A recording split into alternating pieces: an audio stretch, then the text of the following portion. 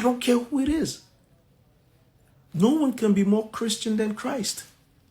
You cannot understand God more than God. The heart of God for the poor is clear throughout Scripture. Even in the Old Testament, God was talking about, God rejected the fasting. A shout out to everybody who's in the Lenten period right now, who's observing the fast. God did not accept the fast of the people because he said they did not do justice for the poor. That's God's heart for the poor. That's even before Jesus came. So in what universe are you going to sit there and say Jesus hates poor people? And people are going to take that and download that.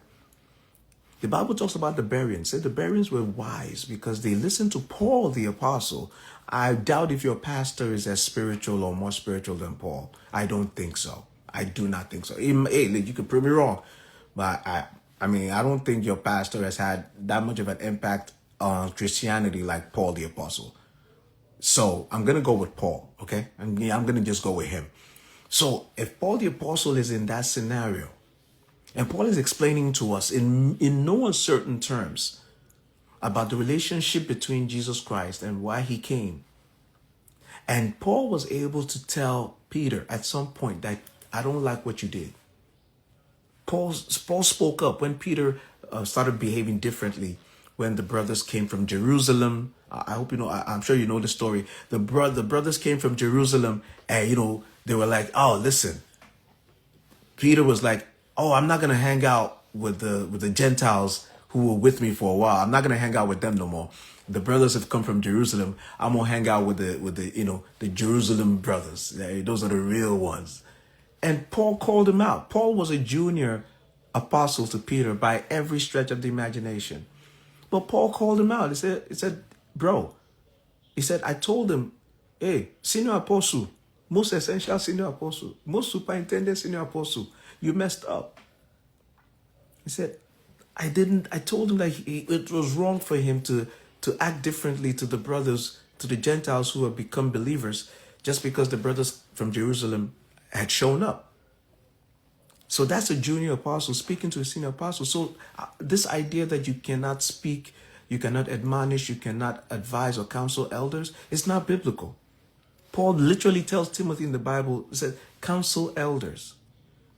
Do it respectfully, but you can counsel them, you can advise. Because God can move through anyone. God can send a young child to an older person. And if you're too anointed to be humble, you're in trouble. If you're too anointed to be humble, you're in trouble.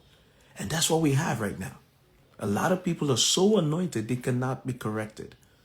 That's not Christian. That's not godly. That's not Christ-like. Jesus Christ, the King himself, God in the flesh, are you listening to me? Sat there at a party, at a wedding party. And his mom said, Jesus, the wine is finished. And Jesus said, Mom, come on, Mom. I told you I'm not doing anything. It's not time for me to start doing miracles yet. I told you that. Come on. And his mom said, yo, servants, come over. This dude will help you with the wine situation. Whatever he tells you, you do that. Now, in that story, if you're watching it if you were there and you're watching it unfold, you say, Jesus told his mom, I'm not doing no miracles right now. It's not miracle season yet. His mom turns around and says, he'll do a miracle. You just do whatever he says. Then Jesus goes ahead and does the miracle. Shout out to moms, y'all. You guys are the MVP.